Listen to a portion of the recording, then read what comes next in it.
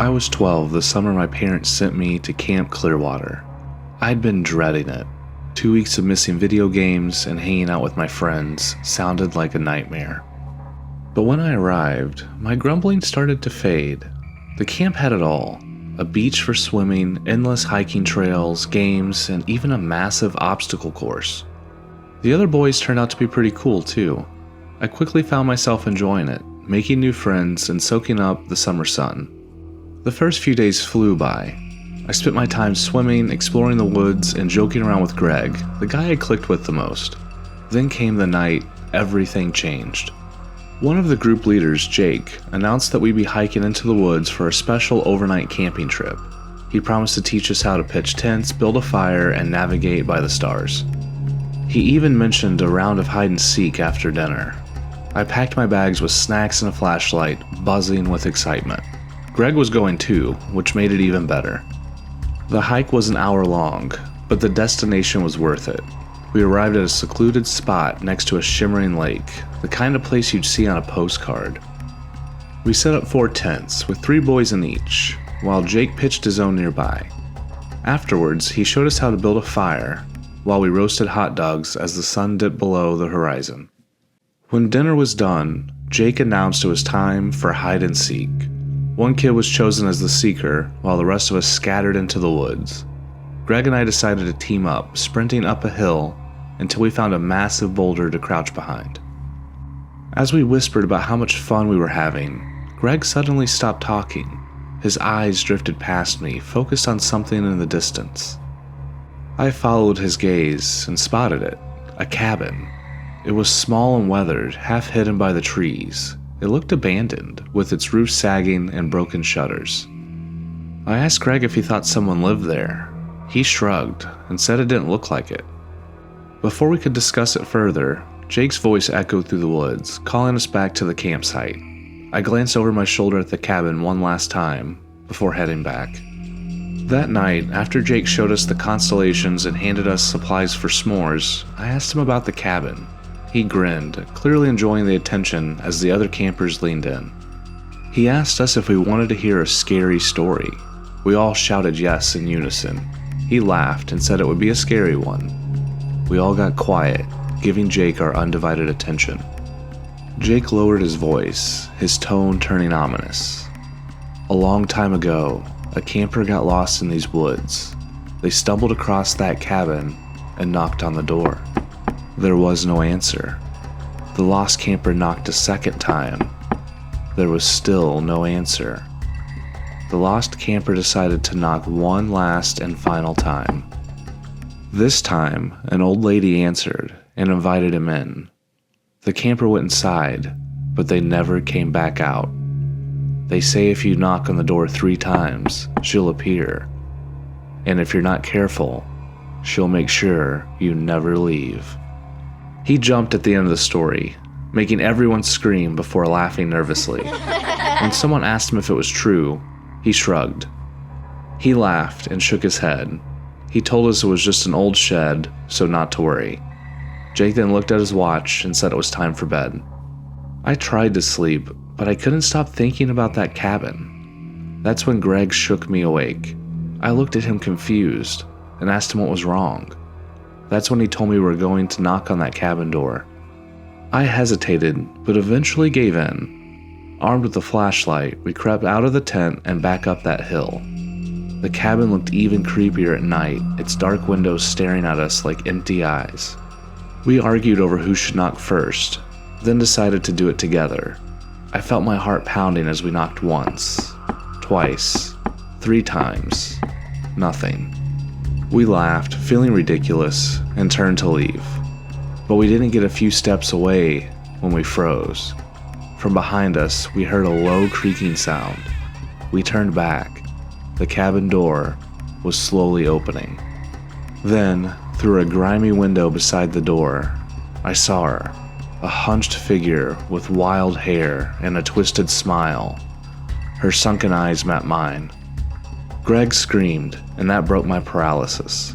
We ran as fast as we could, not stopping until we burst into the campsite, yelling incoherently. Jake came out of his tent, demanding to know what was going on. We tried to explain, but he just shook his head, scolding us for sneaking off. The next day, Jake claimed he checked the cabin and found nothing. Greg and I weren't convinced. To this day, I don't know who or what we saw. Maybe it was just some homeless person. Or maybe it was the old lady from Jake's story, still waiting for her next visitor.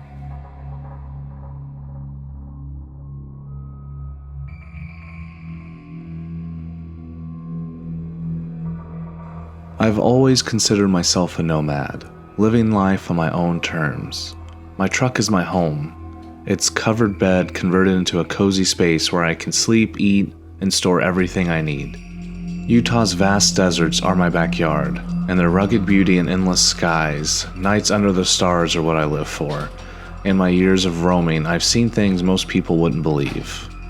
UFOs? Pretty common, honestly. Strange lights, odd shapes darting through the night. They're fascinating, but never frightening.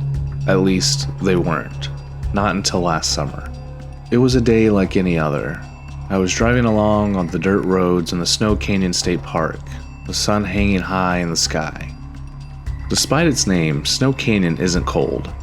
It was about 95 degrees that day, which is mild for the summer out here. I found a spot to park my truck, a perfect little nook surrounded by sandstone cliffs, and set up for the night. As the sun dipped below the horizon, the sky erupted into a sea of stars. No matter how many times I see it, the night sky out here always leaves me breathless. Instead of staying in the truck, I decided to set up my hammock between two sturdy rocks and enjoy the cool night air. I laid back, letting the silence of the desert wash over me.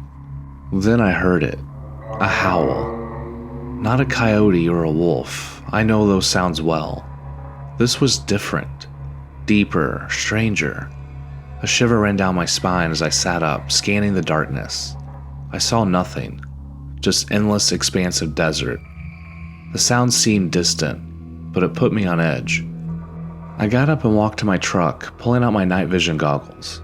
Sitting on the tailgate, I scanned the direction of the sound. Nothing. Just rocky terrain and empty desert. After a few minutes, I convinced myself it was just probably an animal that I hadn't encountered before. Maybe it was better not to know. I put the goggles down and returned to my hammock, though part of me wanted to crawl into the truck for the night. I almost fell asleep when it came again. The howl. This time, it was much closer. My eyes snapped open, and I nearly fell out of the hammock. My heart was pounding as I grabbed the goggles and scanned the area again. Still nothing. But the sound. There was no way it wasn't nearby. I decided to pack up. Whatever it was, I didn't want to find out. I pulled the hammock down and tossed it into the truck, slamming the tailgate. As I walked around to the driver's side, I froze. Standing there next to my truck was a girl.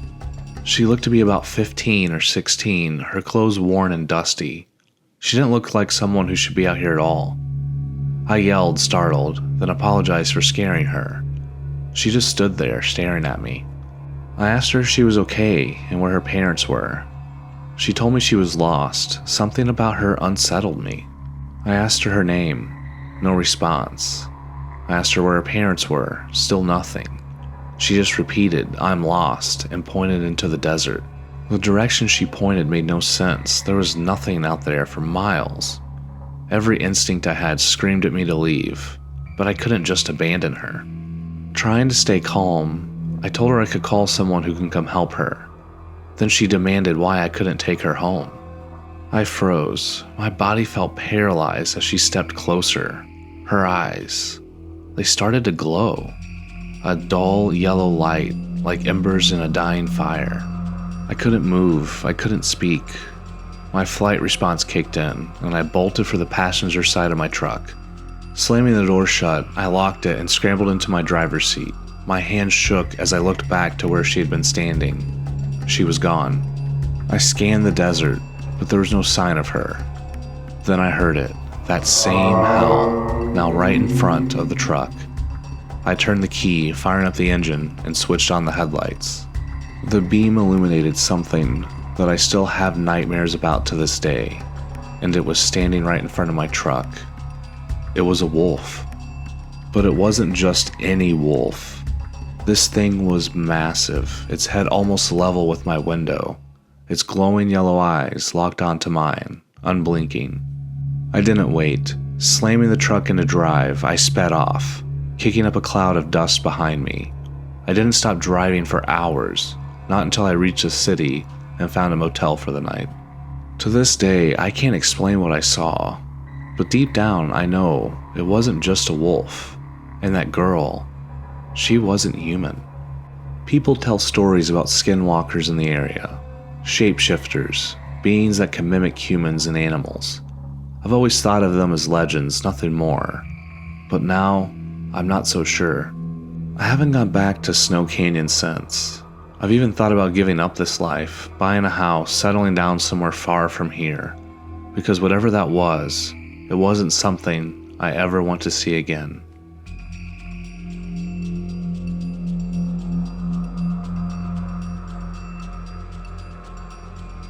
The idea of hiking a stretch of the Appalachian Trail had always been appealing to us. My girlfriend Amy and I, along with my best friend Brandon and his girlfriend Lisa, loved the outdoors and had done countless trips like this before. This particular hike in Kentucky was supposed to be a quick adventure. 2 days on the trail with a single night of camping. Nothing new for experienced hikers like us. The first day was perfect. We parked the car, double-checked our supplies, and hit the trail early. The path was rocky, winding through lush greenery, waterfalls, and caves. By mid-afternoon, we'd already covered more than half the distance. Around 6 p.m., I suggested we stop and set up camp for a while we still had daylight. The others agreed, and after some discussion, we spotted what looked like a clearing off the trail. It wasn't much of a clearing, but when we got closer, Amy heard the sound of water nearby. Following it, we found a beautiful waterfall cascading down about a 50-foot stone wall into a clear pond.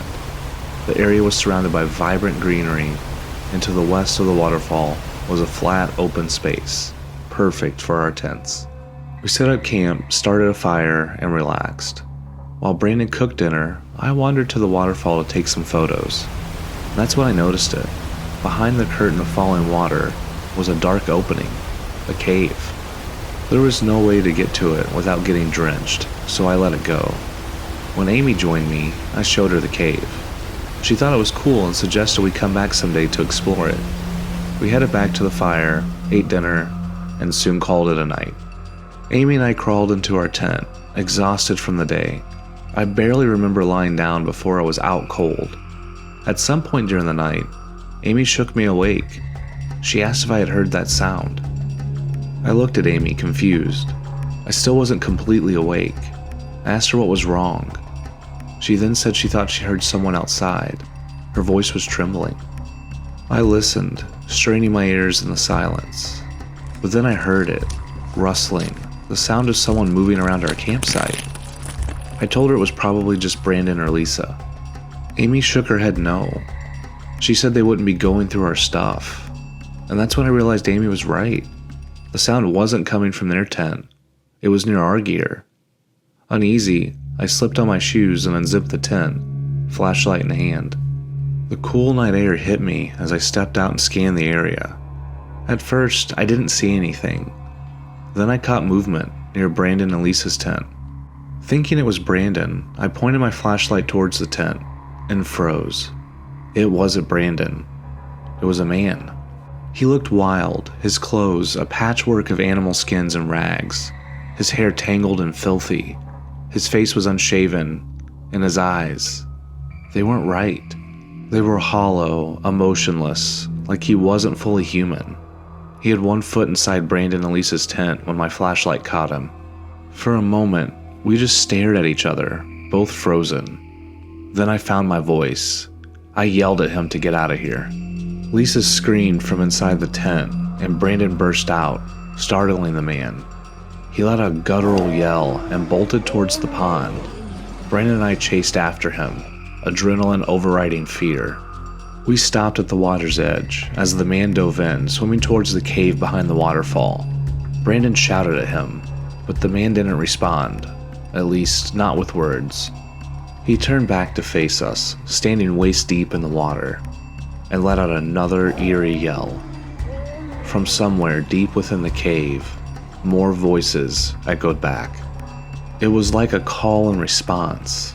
Dozens of voices, all unintelligible but filled with a primal intensity.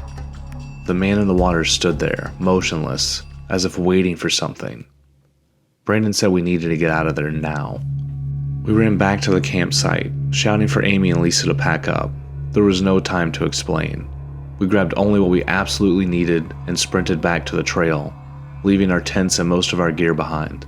After what felt like an eternity, we finally got enough cell service to call the police. We told them everything and they agreed to meet us near the trailhead. We led them back to the campsite, and the scene was horrifying. Our camp was destroyed, tent slashed, supplies scattered. It was as if someone, or something, had gone through everything with a vengeance. The police checked the cave, but no one was there. They did find signs that someone had been living there, remnants of a fire, scraps of food, and makeshift bedding. One officer said the cave was large enough to house several people. When I got home, I started researching the area, and that's when I came across stories about hikers going missing on that stretch of trail. Local legends spoke of feral people, humans who had abandoned society to live primitively in the wilderness.